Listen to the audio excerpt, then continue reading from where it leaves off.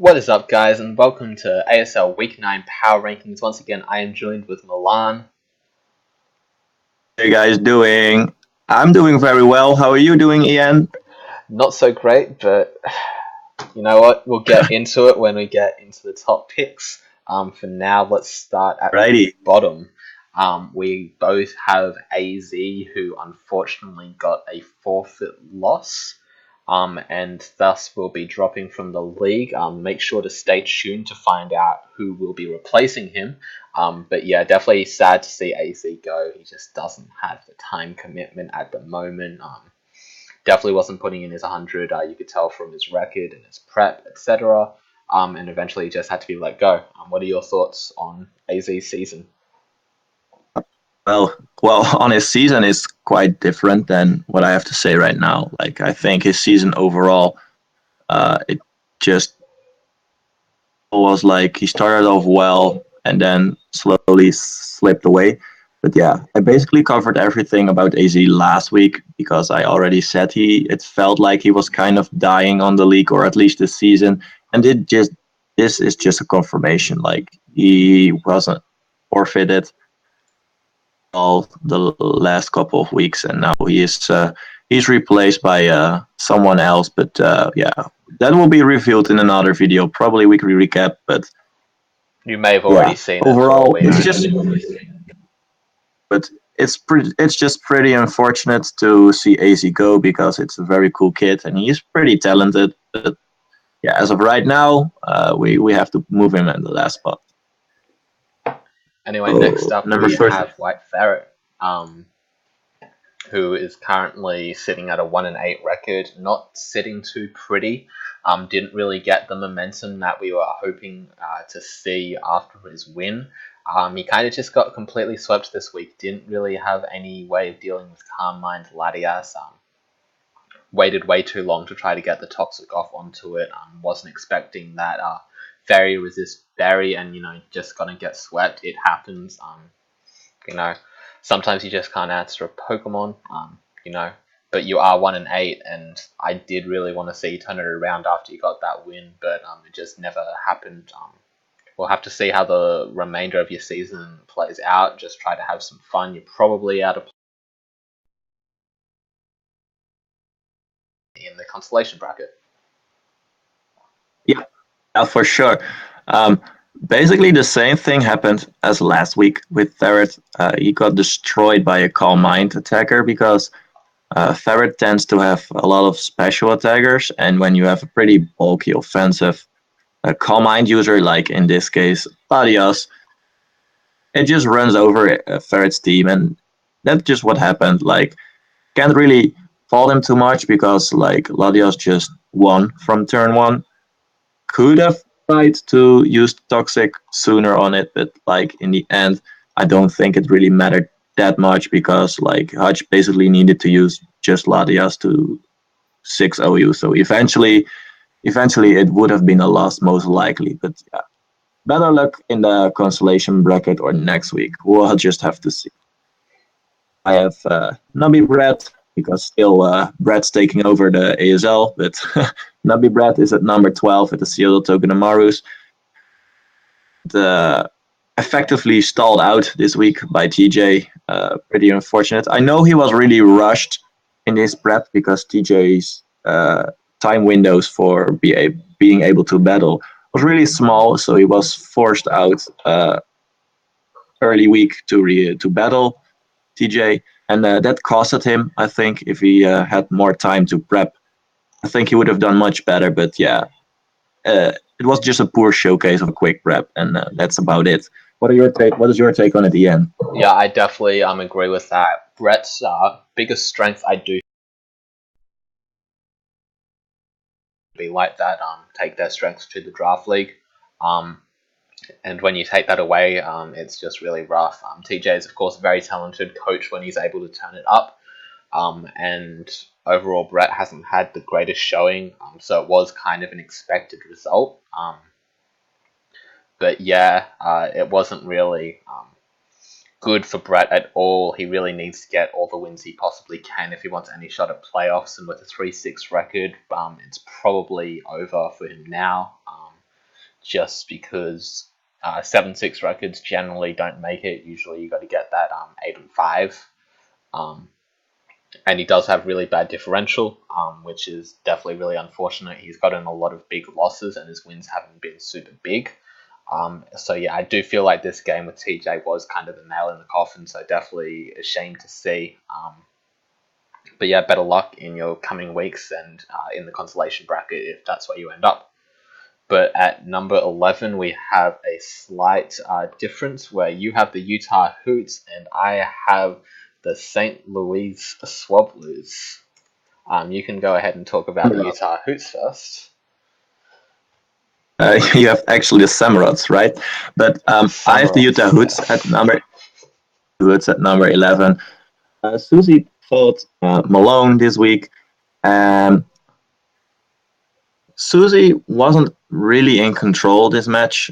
He played his Pokemons pretty recklessly, I felt like. But Empoleon was able to clutch a bit of differential back for him. But yeah, that was basically Malone not capitalizing on it, I felt like. But overall, a 3-0 loss. Uh, just a pretty basic loss. Like it, nothing too special. Pretty sad to see because last week I was like, Lucy's definitely turning up. He's able to get that last playoff spot, but as of right now, it's just slipping away in his hands, and I'm really sad to see that. And hopefully, he'll turn things around and make it. He make a run. He make a run to the playoff spot. I think he definitely still has it in him, but he has to turn up right now. At number 11, you have St. Louis the Samurots. Please tell us Yeah. why. Before I do, just gonna say, power ranking curse strikes again. You really shouldn't be saying that he's gonna do well because then he's just gonna bust her out. God, you got to It's my realize fault. you got to realize that everything you say, the opposite happens. So anyway, I do have Brad here. And the main reason why is I feel like one win and one loss. That's not real. He hasn't really proven himself yet. The Bronzong set was really good. I will give him that. But Trick Room Bronzong isn't like anything new necessarily. It was just really well executed. Um, and if he had a closer loss last week, then I probably would be more inclined to move him up. But I just don't think that he really is fully in it yet. He was getting kind of dominated for most of the early game, and it wasn't until he was able to pull off a nice Bronzong sweep that he was really able to claw it back. But it definitely looked grim for him for some time, and that does go to show his clutch factor. But it's just not really enough for me to move him up that much higher, even though we do have that previous experience to go off of. I don't want to come off as biased because we always, generally speaking, place the replacement coaches lower. So that's kind of the main reasons why I have him down here. But you can go ahead and explain why you've got him a little bit higher at number 10. Yeah. Even though his performance last week wasn't too hot, it was of a prep mistake, and this week his prep was pretty solid. Of disagree with you being dominated early game. I just felt like Shadow played extremely straightforward, and Brett tried to capitalize on the better plays. But in the end, he pivoted himself in a correct position to do a lot of damage with Bronzong. Yes, he did get kind of lucky with the Tridigun only being able to hit it with Iron Head. Like if it had any other coverage moves, it probably would have done a lot better versus it. But it was still pretty satisfying to see Bronzong do a lot of work because that's an overlooked mon at times, and I think it's a really cool mon. So I was glad to see it showcased this way, and that's why I got to reward Anderson with that 10 spot. And you have Susie at the 10 spot. Please tell us why. Yeah, Susie's definitely pulling that Susie and making this 5-8 run a true reality from the looks of things. Honestly, the game could have gone a lot worse than it did. I felt like Susie was not at all in control, and Malone, if he had Mac Punch on Mamoswine, for example, could have gotten a much cleaner win. If he had played around the Empoleon a little bit better, it could have been a much stronger win. But it just felt like Susie wasn't really doing anything to stop the tide so much. Um, and yeah, it's just not looking super good for him at the moment. Yes, he can potentially make that run, but it's not super likely at this point with a 3-6 record. That's looks incredibly grim. Not at all in his control to do so. Yeah, and I'm sure he's very disappointed about it because he did have a pretty good start to the season where he was around that 6-7 spot within that playoff grasp, and to have that kind of kicked away from him once again definitely has to be tough, but very much hoping that he can get that improvement, make that playoff run at some point. Good luck in your future games. Hope to see that improvement come through. But at number 9, we have someone very near and dear to your heart. It's Vish. You can go ahead and lead off discussion there. Well, as much as I would like to move him up, he did get a forfeit win, and because it was a forfeit game, we can't really hang with it. So I from the 4 and 5 teams, I decided to put him at the lowest of the 4 and 5 teams just because he didn't have a showcase this week. We weren't able to rank him really properly, I felt. But next week, I'm sure he will turn up and prove why he is a top contending coach still and making a great comeback.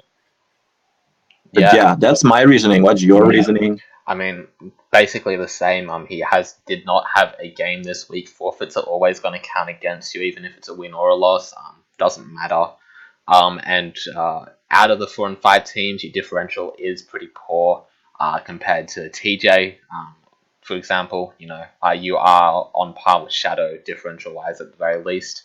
But either way, you've got a rough run to playoffs at this point. Definitely doable. The next games are really going to matter. And if he can get some wins in those, then it's definitely a good chance of making it into the playoffs. But with that forfeit loss win, definitely going to keep you at number 9 for now. But at number 8, I actually have TJ, who was able to get a quite nice win. Apparently, Milan cannot hear me. That's a bit of an issue. Hopefully, it's just him. But we're just going to continue on as if nothing's wrong for now. I have TJ here, even though he does have much better differential than Shadow. I feel kind of like rewarding Shadow. I've got a lot of stock invested in Shadow personally because he was able to get the win on me earlier in the season. Shadow, of course, has improved a lot this season as well. He almost never gets this close to playoffs, and he's very much in the thick of the race. So I definitely wanted to reward him there. TJ, on the other hand, we expect a lot more of TJ because he did, of course, win last season in a pretty convincing manner. So the fact that he is down here with a 4 and 5 record, it does not reflect well on him based on his previous performances. It's just kind of a downgrade. But his prep this week was quite strong, even though it was kind of a rushed game. It's just that, he doesn't have those big wins on the impressive players. So unfortunately, that's going to count against him in the end. But Milan, you can go ahead and explain why you have Shadow down at number 8, if you can hear me now. Yeah, I can hear you now. I don't know why, but I can hear you now perfectly fine. So I basically have Shadow here because a lower team, he lost versus a lower team, so I definitely have to move him down a little bit. I also didn't think Shadows tried really hard and he did make plays. It was good to see, but I don't really think that much in control in the way that he should have been. Like with his team, he has a very offensive team, and the team Brad had was a bit more passive slash defensive, and I think he could have taken more advantage at times, but he didn't do it, and that's why I think he also lost in the end. But yeah, that's why I have him so low. Number 7, I have TJ. TJ came off with a 5-0 win over Brad Nubby. it wasn't really an entertaining game because it was most of the time it was pretty stally, and we don't like stally games in the ASL, even though sometimes you just have to do it for your win, I guess. And it was really effective for TJ this week. He just had to pivot around the Jirachi a lot of times, but in the end, he could have effectively stalled Brett Nubby's team down, and that's why he had a very nice win. And he has 4 and 5 teams. He has the best differential, and like it is because a lot of his wins are with high differential, and yeah, that's something you should reward him for. So he is placed number 7 for me. And you have at number 7 Shadow. Please tell us why. I feel like I already did explain this a little bit, but I'll just briefly go over it again. Definitely want to reward Shadow for his big improvements that he's had this season. He was even able to get that upset win on me, which of course does mean that I have a lot of stock invested in his success. Therefore, I'm going to put him a little bit higher up, even though he does have that bad differential. Um, if we're going off strictly playoff chances, then I would put TJ above him.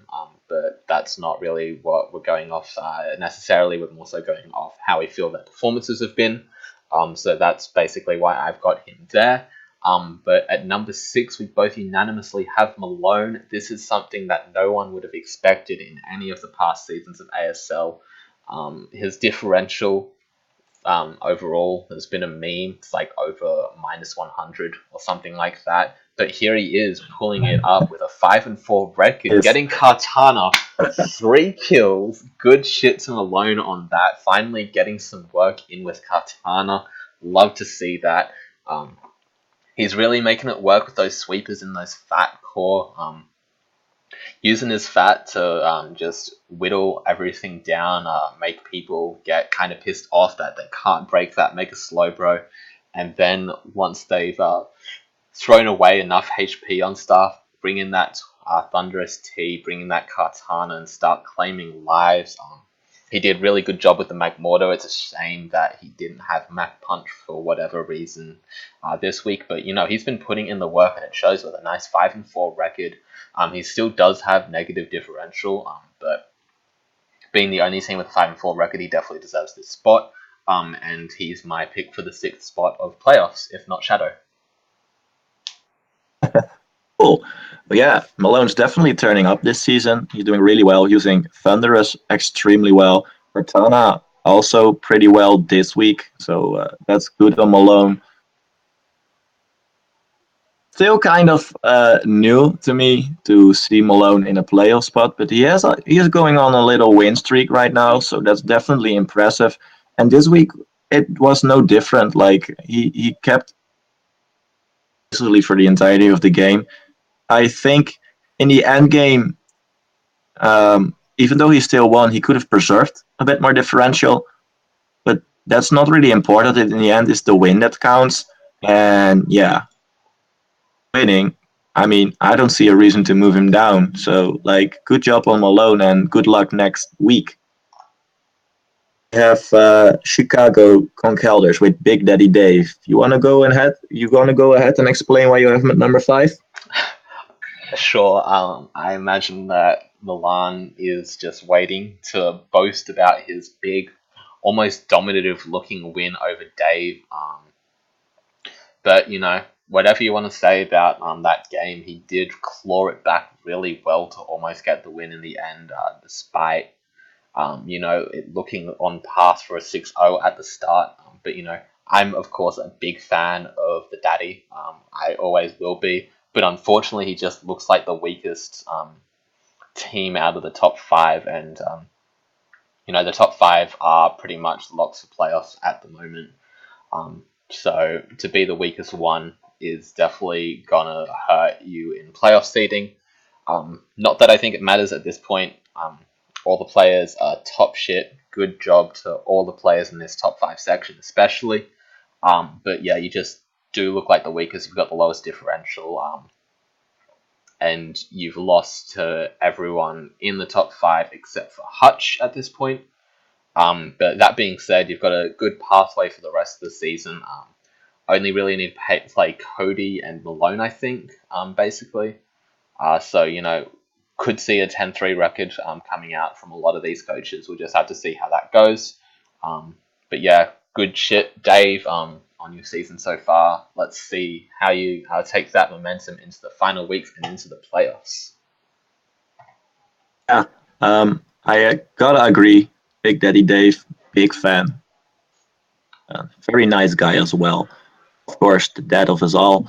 But yeah, Big Daddy Dave this week fought versus me, and was able to get the momentum back. Lately was partly me being dumb, also partly him making the right calls, and that's definitely nice to see. He made it a lot closer than it should have been.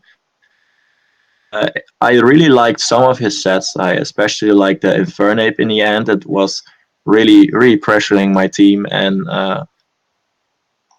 to fight him again.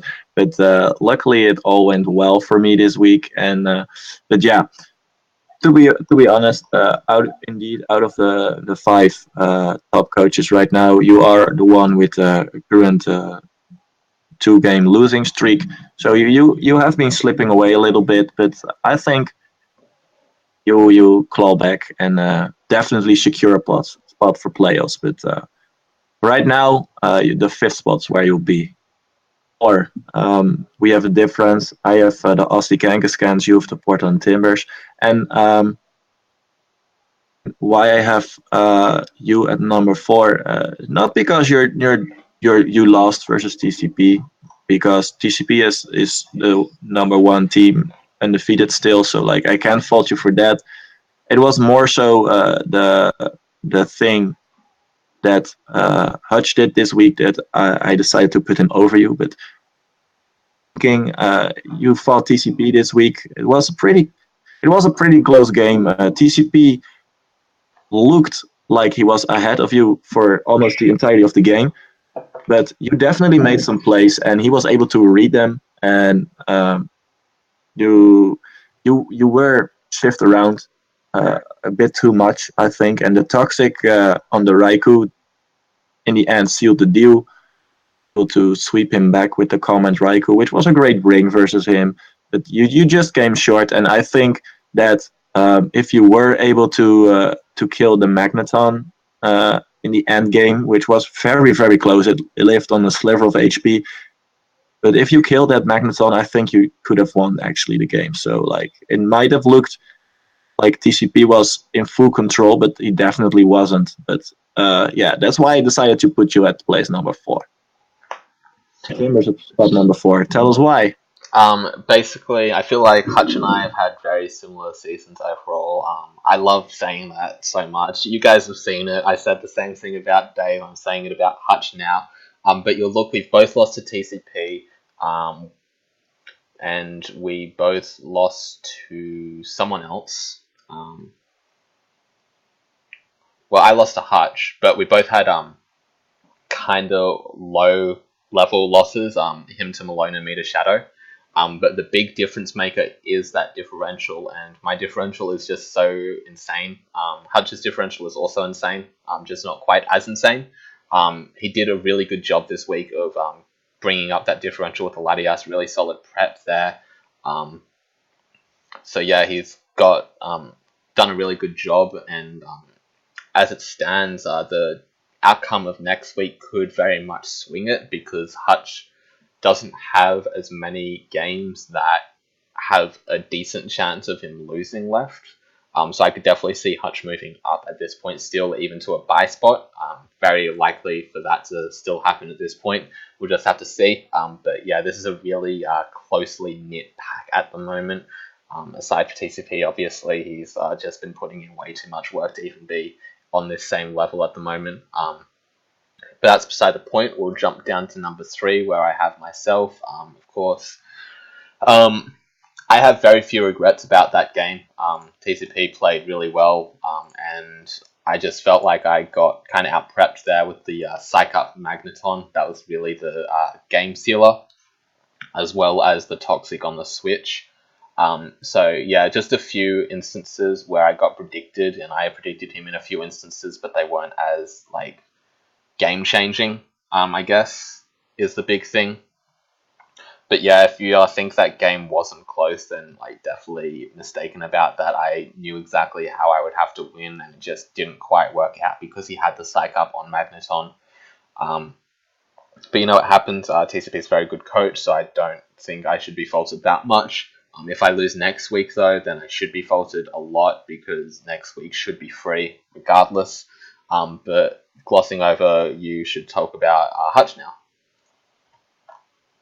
Um, Hodge is putting in the work. He is on a nice little win streak right now, doing really well. This week he secured a 6-0 win, and that's why I definitely want to reward him to the third spot over you. Even though your differential is a bit higher, I don't because of your differential of both of you is so high. I don't think those points extra matter as much. He definitely set a good performance the last couple of weeks, and he topped his last week's performance this with a 6-0 this week. And I showed like it wasn't an effort at all. The 6-0, it was pretty dominant. And yeah, I'm looking forward to see how we do the last couple of weeks. Can he clutch it out, or will we make a couple of mistakes and leave some points hanging? But yeah, we'll just have to see. And the end season is really tight right now.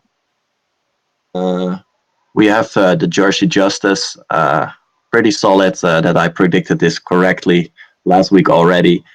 I came out on top versus Dave. The game was pretty in control of mine. I pressured Dave really well early game, but I I choked with my lantern a lot in the mid game. I definitely anticipated the switch for no reason whatsoever, costing me a lot of differential points. But yeah, overall pretty solid game on my part, also on Dave's part, and I'm pretty proud of it. So I'm satisfied to see me at the second spot. Next week I have a match versus EN, which is gonna influence our ranking a lot. Either I move up, either I move down when he moves up, or he moves more down. So we'll just have to see. Definitely looking forward to it. And As why am do I. you have me at number two? You cocky butt. You've been waiting all week to say that, all day. I can tell. You've just been thinking, oh, I'm Not so gonna lie, excited. pretty sad. So It was excited to more. say It that. was more satisfying because you had to put me above you. That I was had to. the Yeah, funniest part. I didn't really have a choice. But these past like 3 weeks, 2 weeks have been like all of the top-notch games that everyone is looking forward to, and it's really the perfect time for it. Because if we waited until like week 12, 13 kind of range, then obviously people weren't going to want to try as hard because they'd want to save that for the playoffs. But if we did it too early, then people weren't going to be as used to their teams. So it just kind of worked out perfectly to have all of the top-notch games right near the end here. Um, and they all could have gone either way, honestly. Milan just happened to have it go his way in both instances. So therefore, he gets to be the big boy for this week. Gets to sit there saying, "Yay, I'm number two. Good shit to me. I'm in the buy range." Obviously, the outcome of the game versus me is gonna drastically affect that. But after next week, then we're probably going to see a lot of these players start to clinch. Especially if Milan, by some miracle, is able to beat me, he will probably be clinched at that point. But yeah, he definitely played a really solid game versus Dave. Pretty much exactly what we expect to see. Solid prep, solid play, chokes a galore, but not quite enough to lose in this particular instance. But yeah, good stuff to Milan this week. We'll move on to TCP now, who is 9-0. Great job to him. He's passed all the main obstacles to his undefeated season. Um, Obviously, nothing set in stone yet, but I'm sure TCP like can't really judge TCP if he's feeling really confident in finishing this season off with the first ever 13-0. Um, After that game, I started to respect TCP's play a lot more, if I'm being honest. He's definitely improved a lot this season. You can tell, and he was already a solid player, so the fact that he's been able to improve more is really solid. great win over probably the best coach in the league this week. Good stuff to him. Clap, clap, clap on your undefeated season so far. Yeah, TCP still undefeated. Really looking like he's not going to be able to lose this season at all. At least the regular season, that is. Yeah, highlights of the game.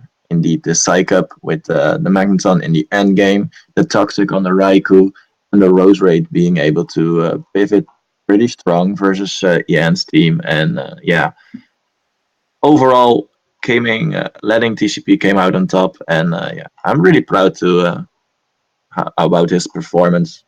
I know of pressure going on because it's a lot of pressure to keep the undefeated streak going. But he's managing pretty well, and he was able to come up on top at the end, which is historically being at least one of the top coaches in the entire of ASL. So good shit on TCP, and pretty hyped to see him actually receiving that 13-0 record. But we'll just have to wait. We'll just have to wait. We can't wins everything, but it's definitely likely as of right now. Let's wrap it up. Follow us on Twitter, subscribe, leave a comment, be nice. Yeah, do you have anything else to add? I'm going to beat your ass this week. Trust me. No chance, no chance. Also, make sure to subscribe to all the members of the ASL YouTube. They all make content for the most part fairly regularly. So, not sure if all of you have done that yet, but they are linked in the channel bio, I believe. See you guys next week. Yep. Oh, I have something to add still. Oh. I'm using my new computer right now, and my new laptop, and most likely I'll be recording this season as well of the ASL. Not quite sure though, but be looking forward to it. And, hey, it was it. Everyone's See you guys later. Everyone's going to hold you to that now that you've put it out there in public. Okay. See you guys. That's all right. See you guys.